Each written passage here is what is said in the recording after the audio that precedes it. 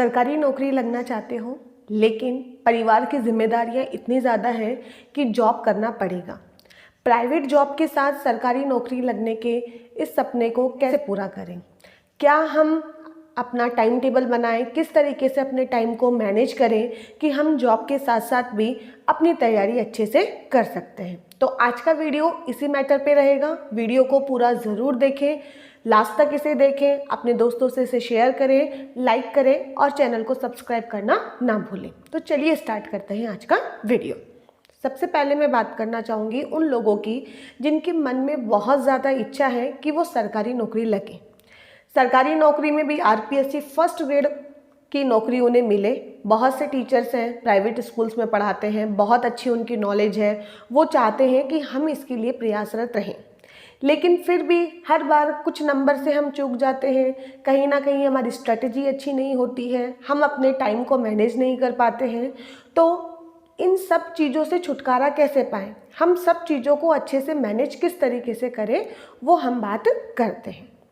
सबसे पहले तो अगर मैं यहाँ आरपीएससी फर्स्ट ग्रेड के रेफरेंस में बात करूँगी, जैसे आप आरपीएससी फर्स्ट ग्रेड की प्रिपरेशन करना चाह रहे हो, आरपीएससी फर्स्ट ग्रेड की प्रिपरेशन करना चाह रहे हो तो एलिजिबिलिटी तो आपकी क्लियर होगी। सबको ही पता है कि आपने पोस्ट ग्रेजुएशन किया होगा, वेदर एमए, एमकॉम या फिर एमएससी आपने कर रखी होगी।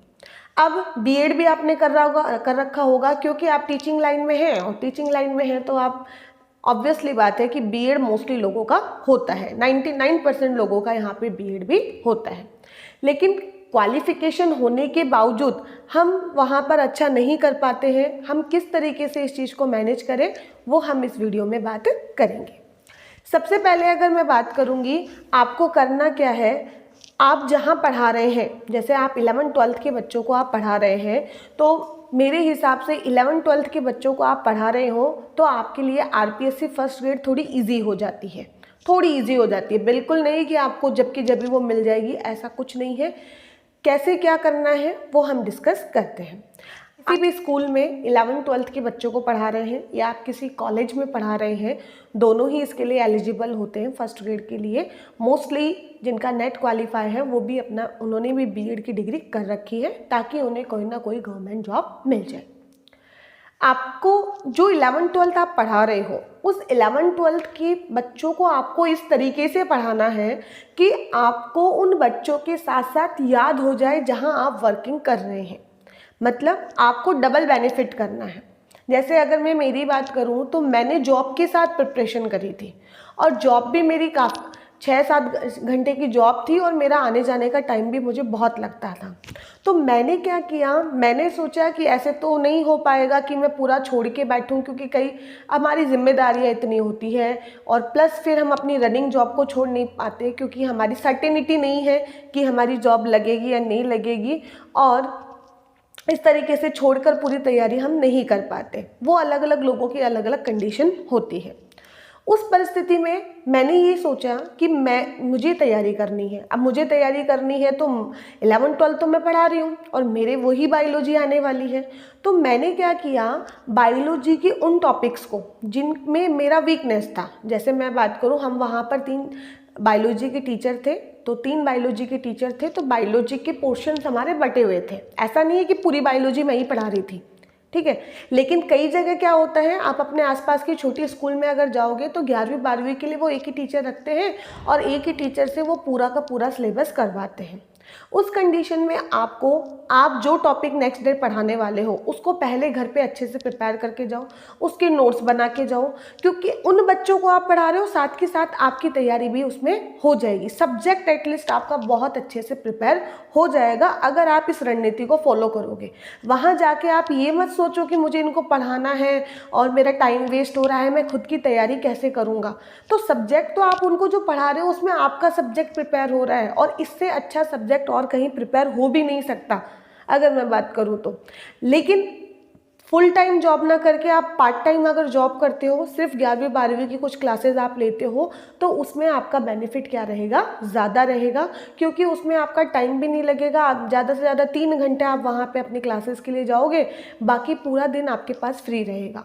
और जो 3 घंटे आप वहाँ पढ़ाने जाओगे या पढ़ा रहे हो, 3 घंटे जो आप वहाँ पे पढ़ा रहे हो, उन 3 घंटे में कहीं ना कहीं आपका सब्जेक्ट प्रिपेयर हो रहा है, कहीं ना कहीं आपका सब्जेक्ट प्रिपेयर हो रहा है। क्योंकि जितनी बार हम किसी चीज़ को रिवाइज करते हैं, उन बच्चों को बताएंगे, बच्चों के क्वेश्चंस होंगे, हम उन चीज़ों से क्या करेंगे, सीख लेंगे, हमें वो चीज़ अच्छे से समझ में आएगी।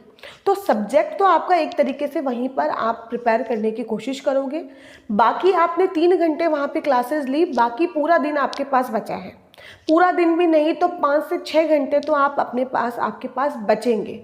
उन 5 से 6 घंटे के लिए अगर आपकी तैयारी आपके घर पे नहीं हो पा रही है, आपकी फैमिली में थोड़ा डिस्टर्बेंस रहता ही है, लेडीज़ के लिए भी मैं ये बात कहना चाहूँगी और जेंट्स के लिए भी ये बात कहना चाहूँगी, तो दोनों को ही फैमिली मतलब वहाँ पर पढ़ना थोड़ा सा मुश्किल हो जाता है। तो ऐसी कंडीशन में आज आप क्या करो, लाइब्रेरी ज्वाइन कर लो, ठीक है। आपके आसपास में जो भी लाइब्रेरी है वहाँ आप ज्वाइन कर लो और वहाँ पे अपना फिक्स टाइम रखो कि 2 से 3 घंटे या 4 घंटे मुझे वहाँ पे जाके पढ़ना है। और फिर वो जो आप फर्स्ट पेपर है उसको अच्छे से करो, क्योंकि अगर आप किसी स्कूल में पढ़ा रहे हैं 11-12 तो बायोलॉजी आपका इतना वीक नहीं होगा, बायोलॉजी कहीं ना कहीं आपके लिए प्लस पॉइंट हो जाएगा। दिक्कत आपको आएगी फर्स्ट पेपर में, जो मुझे भी बहुत ज़्यादा आती थी फर्स्ट पेपर में, प्लस कुछ ऐसे टॉपिक जो कि मैं वहाँ नहीं पढ़ाती थी, वो मुझे नहीं आते थे कि उनके क्वेश्चन में बहुत अच्छे से कर पाऊँ। तो उस कंडीशन में जो आप लाइब्रेरी जा रहे हो उसमें आप उन चीज़ों को क्या करो, रिपीट करो। तो आप फर्स्ट पेपर है उसको बहुत अच्छे से वहाँ पे प्रिपेयर करो, क्योंकि फर्स्ट पेपर आपके सिलेक्शन को बहुत अच्छी दिशा देता है, आपको एक कॉन्फिडेंस आता है और आप बाकी लोगों से थोड़ा अलग हट के आगे खड़े हो जाते हो।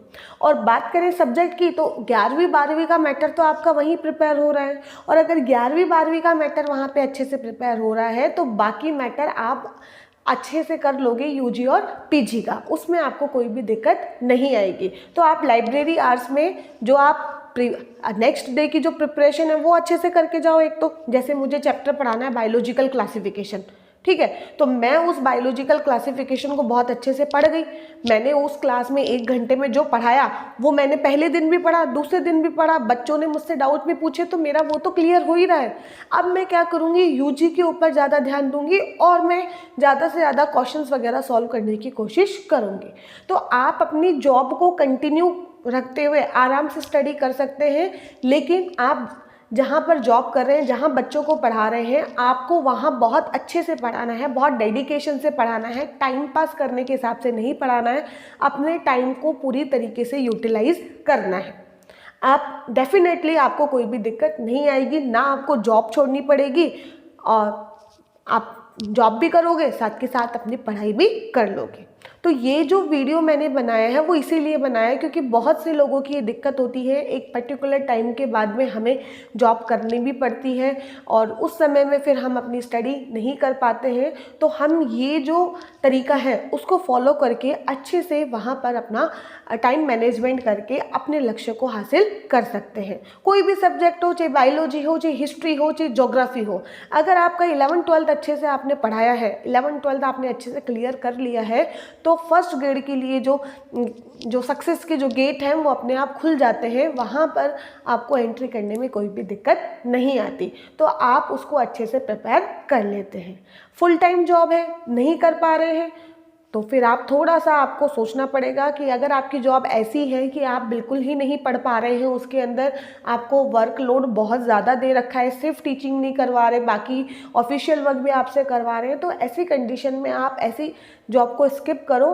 और जॉब स्किप तब करो जब आपका नोटिफिकेशन आ जाए, अभी से मत करके बैठ जाना। एक बार वैकेंसी का नोटिफिकेशन आए, इतने दिन आप अपने लेवल पे उसकी तैयारी करो, क्योंकि जैसा कि आरपीएससी की हिस्ट्री रही हुई है वो थोड़ी सी हमें डिमोटिवेट भी करती है, लेकिन फिर भी हमें नेगेटिव नहीं सोचना है, हमें पॉजिटिव वे में ही सोचना है कि नहीं, नोटिफिकेशन आया है तो एग्ज़ाम तो होगा, और एग्ज़ाम होगा, हमें पढ़ना है और इसके अलावा हमें कुछ नहीं करना है। हम अपनी मेहनत करेंगे तो हम सक्सेसफुल ज़रूर होंगे, हमें अपनी जॉब मिलेगी, हमारा लक्ष्य पूरा हो जाएगा और हमें कोई भी दिक्कत नहीं आएगी। तो आपको ये सजेशन कैसे लगे, वीडियो कैसा लगा, कमेंट करके मुझे ज़रूर बताइएगा। अपने दोस्तों से इसे शेयर कीजिएगा, लाइक करें। Okay, bye everyone, thank you so much for watching.